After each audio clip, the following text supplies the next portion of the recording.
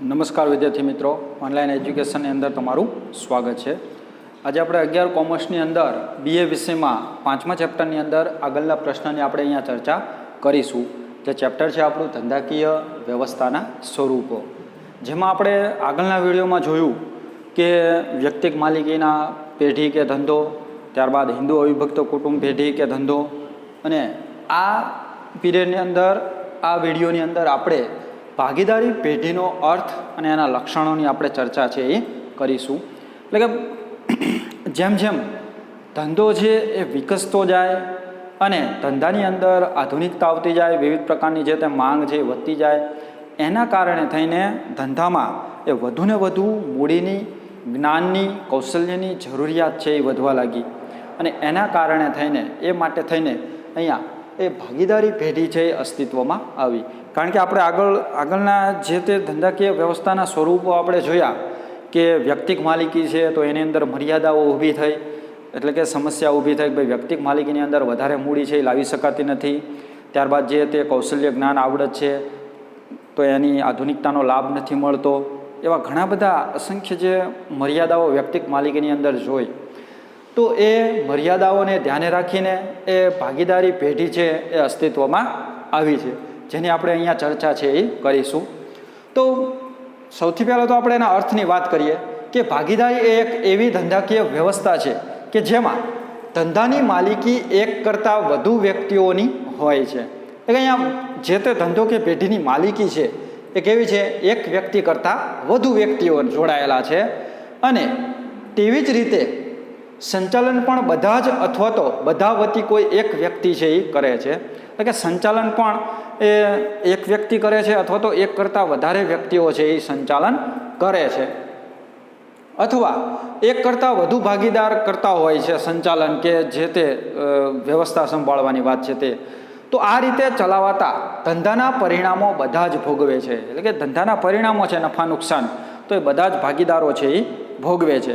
તો એવી જ્યારે ધંધાકીય વ્યવસ્થા અસ્તિત્વમાં આવે તો એને ભાગીદારીવાળી પેઢી કે ધંધા તરીકે ઓળખવામાં આવે છે, કે જેમાં એક કરતાં વધારે વ્યક્તિઓ છે એ ધંધામાં રોકાયેલા હોય છે અથવા તો જોડાયેલા હોય છે, અને એનું સંચાલન પણ કોઈ જે ભાગીદારોમાંથી કોઈ એક ભાગીદાર સંચાલન કરે છે અથવા તો બધા જ ભાગીદારો છે એ સંચાલન કરે છે।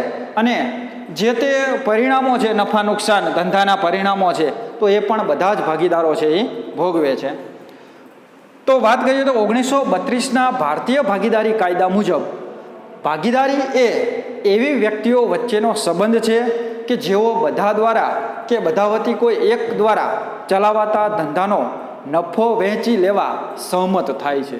એટલે કે અહીંયા ભાગીદારી કાયદા મુજબ 1932નો જે ભાગીદારી કાયદો ઘડવામાં આવેલો છે એ કાયદાને ધ્યાને રાખીને ભાગીદારી પેઢી એટલે ધંધો એટલે ભાગીદારી એ એવી વ્યક્તિઓ વચ્ચેનો સંબંધ કે જેઓ બધા દ્વારા કે બધા વતી કોઈ એક દ્વારા ચલાવાતા ધંધાનો નફો નુકસાન વહેંચી લેવા એ સહમત થાય છે, તો એને ભાગીદારી પેઢી કે ભાગીદારી ધંધા તરીકે ઓળખવામાં આવે છે। હવે વાત કરીએ આપણે ભાગીદારી પેઢી કે ધંધાના લક્ષણો, કે કેવા લક્ષણો ધરાવતા ધંધા કે પેઢી છે તો એને આપણે ભાગીદારી પેઢી તરીકે ઓળખી શકીએ। તો અહીંયા ભાગીદારી પેઢીના લક્ષણોની વાત કરીએ તો સૌથી પહેલું લક્ષણ છે કે કરારજન્ય સંબંધ છે, કારણ કે એક કરતાં વધારે વ્યક્તિઓ જોડાયેલા છે, તેથી અહીંયા કરાર છે એ બધા ભાગીદારો વચ્ચે કરવામાં આવે છે કે ભાઈ કયો ભાગીદાર શું કરશે, કયો ભાગીદાર છે એ કેટલું એમાં મૂડીરોકાણ કરશે, કયો ભાગીદાર છે એ શ્રમિકો લાવશે, કયો ભાગીદાર કાચો માલ સામાન લાવશે, કયો ભાગીદાર છે એ સંચાલન કરશે, બરાબર। તો એ પેઢીની અંદરના જે તે કામકાજો છે, મૂડીથી લઈને જે તે શ્રમિકો લાવવા સુધીની જે તે પ્રક્રિયા છે, તો એ અહીંયા બધા જ ભાગીદારો વચ્ચે કરાર છે એ કરવામાં આવે છે। તો ભાગીદારી કરાર દ્વારા અસ્તિત્વમાં આવે છે। એટલે કે ભાગીદારી પેઢી કે ધંધો એ કરાર દ્વારા છે અસ્તિત્વમાં આવે છે। એટલે કે બધા ભાગીદારો વચ્ચે અહીંયા કરાર છે એ થાય છે કે ભાઈ આવો ધંધો છે, આવી એમાં કામગીરી છે આ વ્યક્તિની છે એ રહેશે। તો આ કરાર લેખિત કે મૌખિક હોઈ શકે છે। એટલે કે જે કરાર થાય છે ભાગીદારી પેઢી અસ્તિત્વમાં ભાગીદારો વચ્ચે, તો એ કરાર જે રહેલો છે એ લેખિત પણ હોઈ શકે છે અને મૌખિક પણ હોઈ શકે છે। પણ કરાર એ લેખિત હોય એ વધારે ઈચ્છનીય છે, હિતાવહ છે.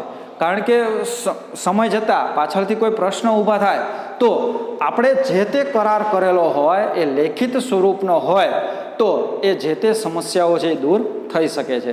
તેથી અહીંયા કરાર લેખિત પણ હોઈ શકે ને મૌખિક પણ હોઈ શકે, પણ કરાર લેખિત હોય એ વધારે ઈચ્છનીય છે અને હિતાવહ છે. બીજું છે સ્થાપના વિધિ, કે ભાગીદારી પેઢીની સ્થાપના વિધિ ખૂબ જ સરળ છે. બધા ભાગીદારો છે એ સહમત થાય એટલે એની સ્થાપના છે એ થઈ શકે છે. તો કાયદાની કોઈ જટિલ કે લાંબી વિધિમાંથી પસાર થવું પડતું નથી. એટલે કે કાયદાકીય વિધિમાંથી પસાર થવું પડે છે પણ એ વિધિ વધારે લાંબી કે જટિલ નથી. તેથી અહીંયા ભાગીદારો સહમત થાય એટલે અહીંયા જે તે સ્થાપના વિધિ છે આપણે કરી શકીએ છીએ.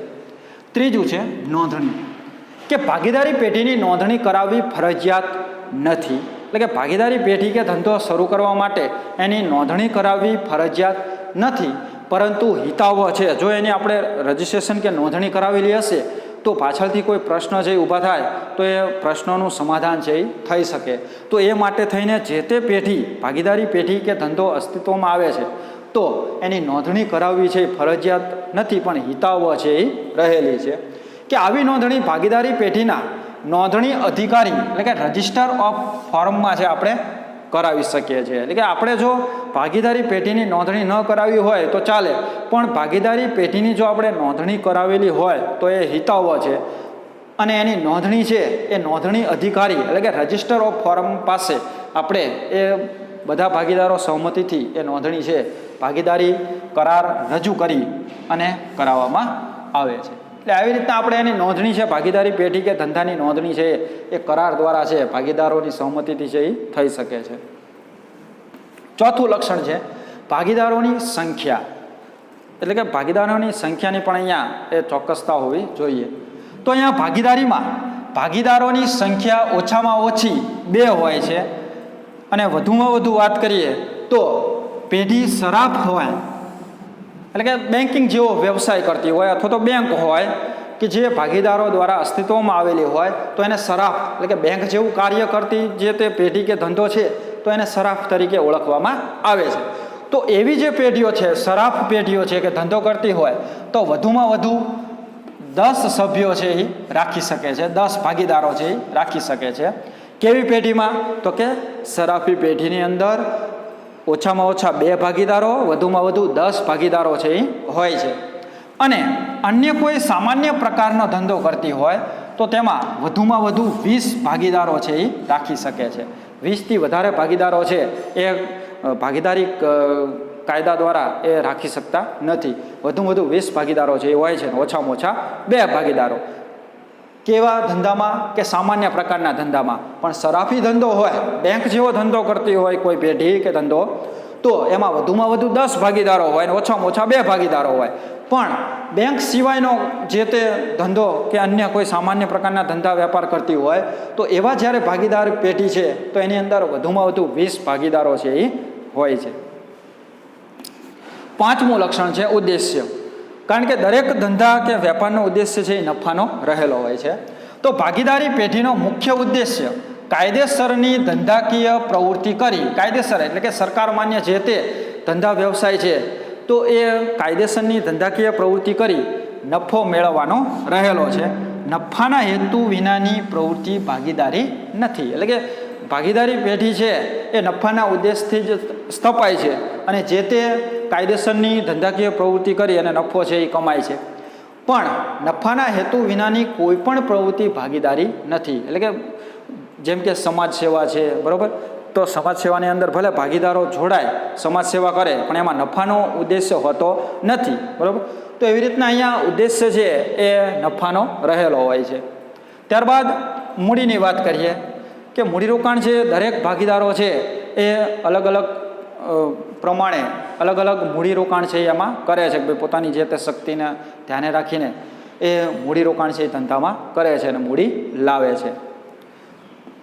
7મું છે સંચાલન, કે સંચાલનની વાત કરીએ તો આપણે એના અર્થમાં જોયું કે ભાઈ ભાગીદારી પેઢીની અંદર સંચાલન છે એ કોઈ ભાગીદારોની અંદરથી કોઈ એક ભાગીદાર છે એ સંચાલન કરી શકે છે અને એ બધા જ ભાગીદારો સાથે રહીને પણ સંચાલન છે એ કરી શકે છે. તો એ વાત થઈ આપણી સંચાલનની કે સંચાલનમાં પણ કોઈ બધા જ ભાગીદારોની સહમતિથી કોઈ એક વ્યક્તિ છે એ સંચાલન કરે છે અથવા તો બધા જ ભાગીદારો સાથે રહીને સંચાલન છે પેઢીનું કરે છે. 8મું છે અમર્યાદિત જવાબદારી. કારણ કે અહીંયા મૂડીની વાત છે કે ભાઈ જે તે ભાગીદારી પેઢી છે એ વધારે મૂડીની જરૂરિયાત કે વધારે જે તે સાધન સામગ્રીની જરૂરિયાતને ધ્યાને રાખીને ભાગીદારી પેઢી છે અસ્તિત્વમાં આવે છે. તેથી અહીંયા દરેક ભાગીદારોની જવાબદારી છે એ અમર્યાદિત રહેલી છે. બધા જ ભાગીદારો છે એ પેઢીની અંદર કે ધંધાની અંદરથી નફા નુકસાન છે એ અમર્યાદિત પ્રમાણમાં મેળવે છે અથવા તો જે તે પ્રમાણે કરાર થયો હોય તો એ કરારને આધારે અહીંયા એમની જવાબદારીઓ છે એ નિભાવે છે. 9મું છે માલિકીની ફેરબદલી. કે બધા જ ભાગીદારોની સહમતિ વગર એ માલિકીની ફેરબદલી છે એ થઈ શકતી નથી. ભાઈ નવો ભાગીદાર છે, હવે જૂનો ભાગીદાર છે એમ કે ભાઈ મારા વતી આ વ્યક્તિ છે એ જે તે નફા નુકસાન કે માલિકી હક છે એ ભોગવશે. તો એવું ક્યારે બને છે? તો કે બધા જ ભાગીદારોની સહમતિ હોય તો, બધા જ ભાગીદારો જો સહમત થશે તો અહીંયા માલિકીની ફેરબદલી છે એ થઈ શકશે.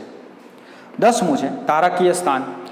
કે અહીંયા કંપની ધારા 1932ના ભારતીય ભાગીદારી કાયદામાં ભાગીદારોના હકો, ભાગીદારોના ફરજો, ભાગીદારોના નિયમો, નોંધણી તેમજ અન્ય જોગવાઈઓ દર્શાવવામાં આવેલી છે. એટલે કે અહીંયા ધારાકીય સ્થાનને ધ્યાને રાખીએ તો ભાગીદારી કરાર જે છે તો એની અંદર ભાગીદારોએ જે ભોગવવાના જે હકો છે, ફરજો છે, નીતિ નિયમો છે તો એ નોંધણી કરાવતી વખતે નોંધણીની અંદર જ એ બધી જ બાબતો છે એ દર્શાવવામાં આવેલી હોય છે. તેથી ધારાકીય સ્થાન પણ અહીંયા ભાગીદારી પેઢીમાં રહેલું છે કે જ્યારે આપણે ભાગીદારી નોંધણી કરાવીએ છીએ ત્યારે કયો ભાગીદાર છે એ કેટલું મૂડીરોકાણ કરશે, શું કામગીરી કરશે, શું હકો રહેશે, શું ફરજો રહેશે, શું જવાબદારીઓ છે, શું નીતિ નિયમો છે, તો એ નોંધણીની જે તે જોગવાઈઓ કરવામાં આવેલી છે.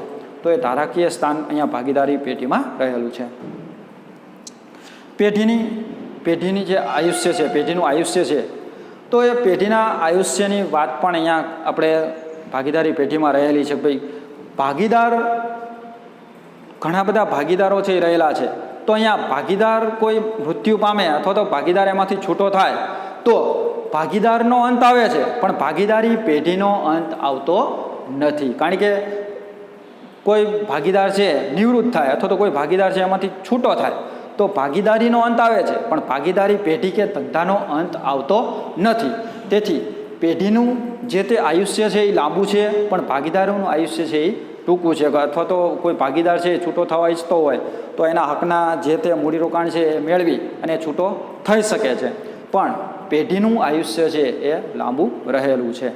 તો આવી રીતના વિદ્યાર્થી મિત્રો જે મૂડીની જે તે માંગને ધ્યાને રાખીને, મૂડીની ધંધામાં જરૂરિયાતને ધ્યાને રાખીને, ધંધાના વિકાસને ધ્યાને રાખીને અહીંયા ભાગીદારી પેઢી છે એ ધંધામાં કે પેઢીમાં કે વર્તમાન સમયની અંદર અસ્તિત્વમાં આવી છે. તો એ બાબતને ધ્યાને રાખીને એ ભાગીદારી જે તે ભાગીદારોથી એ વધુને વધુ ધંધામાં કે પેઢીમાં મૂડીરોકાણ છે એ થઈ શકે છે અને વિવિધ પ્રકારના જે તે જ્ઞાન, કૌશલ્ય, આવડત છે તો એનો પણ ઉપયોગ છે એ ભાગીદારીના અસ્તિત્વના કારણે વધારી શકાય છે અને મેળવી શકાય છે અને ધંધાનો વિકાસ છે એ થઈ શકે છે અને નફો છે એ વધુ મેળવી શકાય છે. તો આવી રીતના આપણે આ પ્રશ્નના જવાબનો એટલે કે ભાગીદારી પેઢીનો અર્થ અને એના લક્ષણોની આપણે અહીંયા વાત કરી, ચર્ચા કરી કે જે વિદ્યાર્થી મિત્રો આ પ્રશ્ન છે તમારે ફેરબુકની અંદર છે એ લખવાનો છે કે જે 5 ગુણની અંદર કે 3 ગુણની અંદર છે એ પૂછાઈ શકે છે અથવા તો અમુક મુદ્દા એવા છે કે જે 2 ગુણની અંદર પણ પૂછાય છે. તો એવી રીતના તમારે છે તૈયારી કરવી. અસ્તુ.